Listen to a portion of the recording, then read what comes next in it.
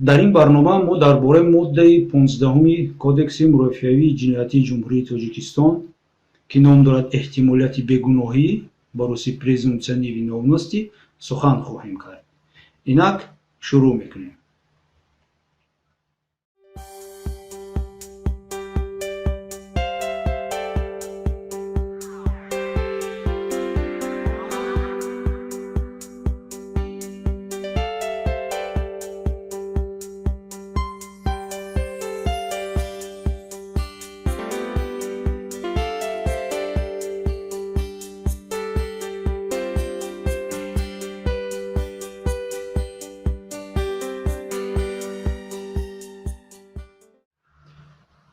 эҳтимолияти бегуноҳӣ яке аз принсипҳои асосии қонунгузории мурофиавии ҷиноятии ҷумҳурии Тоҷикистон аст, ки дар қатори дигар принсипҳо мисли принсипи қонуният, дахлнопазирии шахсият, дахлнопазирии манзил, баробарӣ дар назди қонун, мустақилияти судёҳо ва ғайра буда аз Сарқонуни ҷумҳурии Тоҷикистон ва дигар санадҳои меъёрии ҳуқуқии байналмилалие ки Тоҷикистон онҳоро эътироф кардааст асос мегирад. ин принсип дар сархати якуми моддаи 20 Сарқонуни ҷумҳурии Тоҷикистон оварда шудааст. ҳамчунин дар моддаи 11-уми эъломияи умумии ҳуқуқи башар ва моддаи 14-уми паймони байналмилалии оид ба ҳуқуқҳои фитрӣ ва сиёсӣ ва дар статуси суди ҷиноятии байналмилалии Рим аз соли 1998 ин принсип низ дарҷ гардида шудааст. истифодаи ҳамин принсип дар рафти мурофиаҳои ҷиноятӣ бояд кафолати баррасии адолатии парвандаҳо бошад. риоя кардани эҳтимолияти бегуноҳии дастгиршудаҳо аз тарафи мақомотҳои қудратӣ бо ҳамроҳии дигар принсипҳо аз қабили муҳокимаи ошкорои судӣ, ҳуқуқ ба ҳимоя ва дастрасӣ ба ҳимоя имконият медиҳанд ки шумораи парвандаҳои сохта беисбот фармоишӣ дар Тоҷикистон кам карда шаванд ва адолати судӣ ва адолати иҷтимоӣ каме ҳам бошад аз нав дар Тоҷикистон эҳё карда шавад. чӣ хеле ки дидем моддаи 15 кодекси мурофиаи ҷиноятӣ аз 5 қисм иборат аст. акнун ин 5 қисмро як дида мебароем ва онро тафсир мекунем.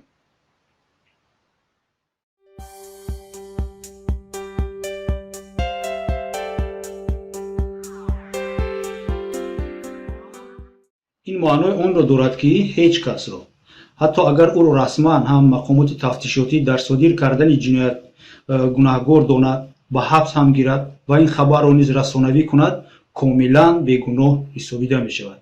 то он даме ки гуноҳи ӯ дар суди кушод тариқи қонунӣ исбот карда нашавад, то он даме ки қарори суд яъне ки ҳукм ба қувваи қонунӣ надаромадааст, ин шахс бегуноҳ ҳисобида мешавад. мо медонем ки ҳукми суд баъди 10 рӯзи эълони он ба қувваи қонунӣ метарояд. то ин дам шахс бегуноҳ ҳисобида мешавад.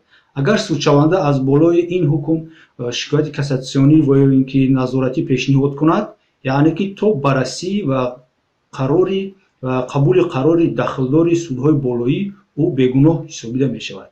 яъне ки ҳама гуна маълумот оиди гунаҳгор ва ҷинояткор будани ашхос то ба қувваи қонунӣ даромадани ҳукм ки дар расонаҳо ва комментарияҳои хизматчиёни давлатӣ ва дигар ашхос паҳн мешаванд ғайриқонунӣ мебошад ва ашхоси паҳнкунандаи чунин ахбор бояд ба ҷавобгарии ҷиноятӣ кашида шавад.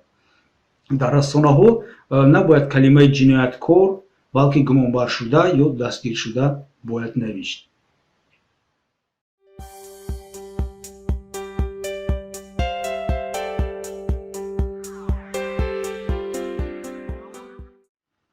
айбдоршаванда вазифадор нест ки бар муқобили худ нишондод диҳад. ӯ умуман метавонад ки нишондод надиҳад ва вазифадор нест ки бегуноҳи худро исбот кунад дар назди муфаттиш, дар назди прокурор ва ин ки суд. гумонбаршуда метавонад ки дилхоҳ нишондод диҳад. чие ки ӯ мехоҳад метавонад ҳамон нишондод диҳад. аз нишондодаш метавонад даст кашад, қисман даст кашад ё умуман. ҳатто ҳуқуқ дорад ки ба баъзе саволҳои додашудаи мақомоти тафтишотӣ умуман ҷавоб ҳам надиҳад. надодани нишондод ва ҳамкорӣ накардан ба мақомоти тафтишотӣ ва прокуратура ин маънои гунаҳгор будани ин шахсро надорад. ҳамчунин нишондоди бар дуруғ ва мухталиф додан низ маънои гунаҳгор будани ӯро надорад. мутаассифона мо медонем ки дар Тоҷикистон надодани нишондод, саркашӣ кардан аз додани нишондоди бардуруғ ва мухталиф ва нишондоде ки ба манфиати мақомоти қудративу суду прокуратура ва тафтишот ба манфиати онҳо нишондод нест. аз тарафи судҳо чун яке аз аломатҳои иқрори гуноҳ ҳисоб мешавад. суд ҳисоб мекунад ки судшаванда барои худро аз ҷавобгарии ҷиноятӣ озод кардан нишондодҳои мухталиф медиҳад ва фақат ба он нишондодҳое ки ба тарзи гуногуну ғайриқонунӣ дар рафти тафтишоти пешагӣ гирифта мешаванд такя мекунад ки ин нодуруст мебошад ва яке аз аломатҳои принсипи эҳтимолияти бегуноҳие ки мо ҳоло онро дида баромада истодаем вайрон мекунад.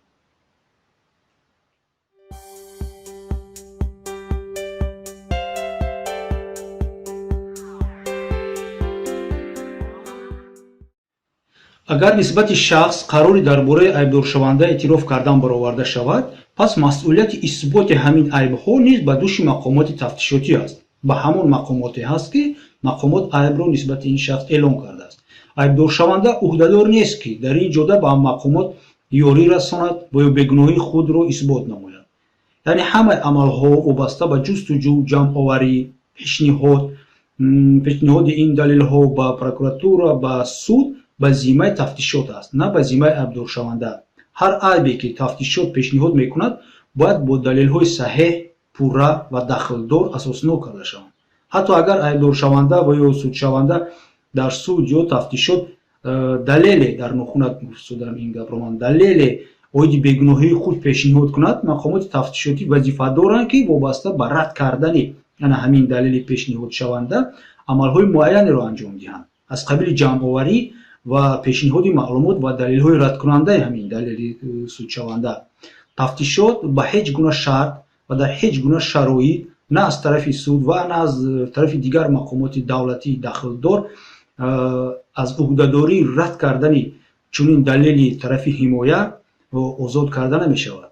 рад кардани дархост ва далелҳои айбдоршаванда ё судшаванда фақат ба тахмини он ки онҳо нодуруст ҳастанд ва дар ин мурофиат ҷоиз нест ғайриқонунӣ аст. бояд тамоми далел, тамоми даъвоҳое ки дархостҳое ки тарафи ҳимоя пешниҳод мекунад дар асоси қонун бо гузарондани амалиётҳои гуногуни мухталифи қонунӣ мурофиавӣ бартараф карда шаванд.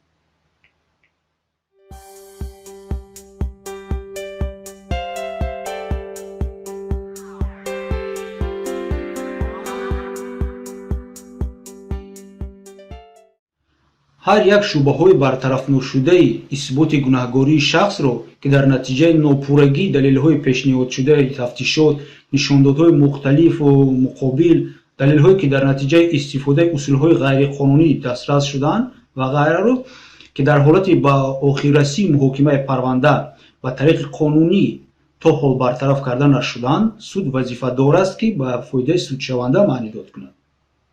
яъне ки он чизеро ки пурра бе ягон шубҳа тарафи айбдоркунандаи давлатӣ ҳамчун далел эътироф кард ва ҳамчун асос пешниҳод кард ба суд, вале исботи онро наёфт ва нисбати он далелҳое ки айбдоркунандаи давлатӣ ба суд пешниҳод кард, вале аз тарафи ҳимоя далелҳои зидди далелҳои айбдоркунанда пешниҳод шуд ва айбдоркунандаи давлатӣ натонест онҳоро рад кунад, ягон далели худро пешниҳод кунад, бояд аз тарафи суд ҳамчун асос ва далелҳои шубҳанок эътироф шуда онҳо ба тарафи айбдоркунанда, ба тарафи судшаванда гумонбаршуда маънидод карда шаванд, яъне ба фоидаи ӯ.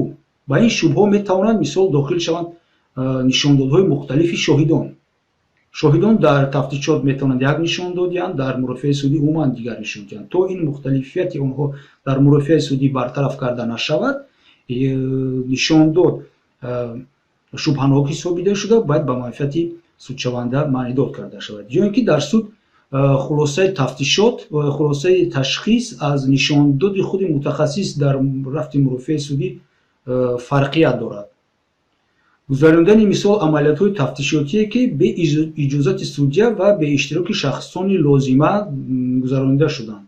мисол ин амалҳо, ин протоколҳо ва он ашёҳое ки мисол дар натиҷаи гузарондани чунин амалҳои тафтишотӣ аз қабили нишон дод дар ҷои ҳодиса аз қабили кофтукоп, аз қабили рӯбарӯкунӣ ҳисоб гузаронида мешаванд, бояд ҳамчун далели шубҳанок эътироф шаванду ба манфиати судшаванда маънидод карда шаванд.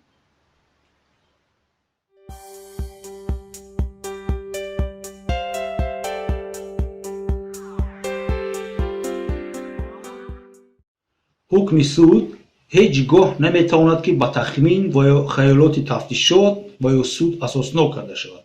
ҳатто агар дар парванда чун шоҳид ва ташхисгар шахсони обрӯманди ҷомеа ва ё мақомоти салоҳиятдор ҳам иштирок карда бошанд, суд бояд ҳукмашро фақат дар натиҷаи асосҳои далел ва асосҳои тафтишшуда пурра, саҳеҳ ва санҷидашаванда барорад, на ин ки дар натиҷаи истифодабарии хаёлот ва тахминҳои тафтишот. тамоми асосҳое ки суд ҳангоми баровардани ҳукмаш ба онҳо такя мекунад, чӣ хеле ки мо гуфтем, бояд пурра бошанд, ҳаматарафа, асоснок дошта бошанд, дахлдор бошанд ба ҳамин парванда ва саҳеҳ бошанд. нишондоди шоҳидоне ки наметавонанд масалан махзан маълумоташонро нишон диҳанд, ё ин ки даъвои тафтишот ва айбдоркунандаи давлатие ки барои он ягон далел пешниҳод нашудааст ва фақат аз суханони холӣ иборат аст. ба мисоле ки шаҳрванд мисол мерем, шаҳрванд Абдуллоев санаи моҳҳои марти 2015 сол бо ашхоси номаълум бо маслиҳати пешакӣ оиди хариду фурӯши 20 килограмм маводи мухаддир аз шахси номаълум дар фалон ҷо шишта маслиҳат карданд.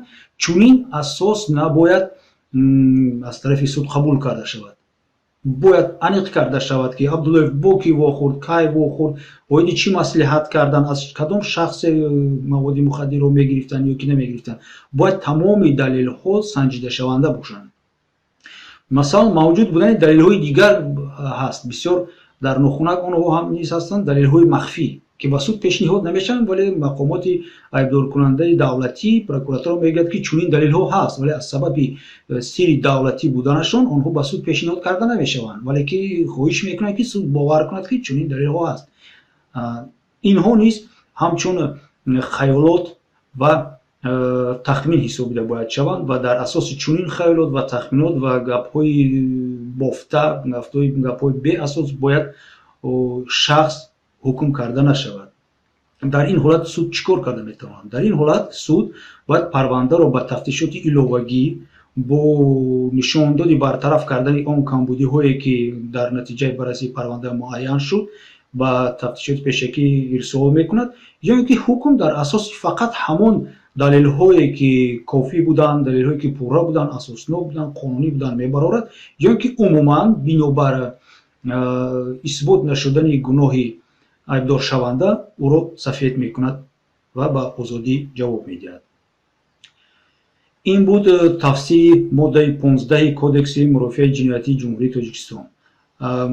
тамошобинони муҳтарам, агар савол ва ё иловае дошта бошед ба он чизе ки мо гуфтем, агар ягон хатогии моро ёфтед, агар ягон пешниҳоди дигар доштед барои баррасӣ ва давом кардани чунин барномаҳо, мо хоҳишмандем ки бо мо дар тамос бошед. ҳатман мо суханони шуморо гӯш мекунем ва бо назардошти манфиатҳои шумо, бо назардошти он чизе ки шумо аз мо мехоҳед ва кадом саволҳое ки мехоҳед, бо барномаҳои ояндаи худро тайёр хоҳем кард. ташаккур ба диққататон.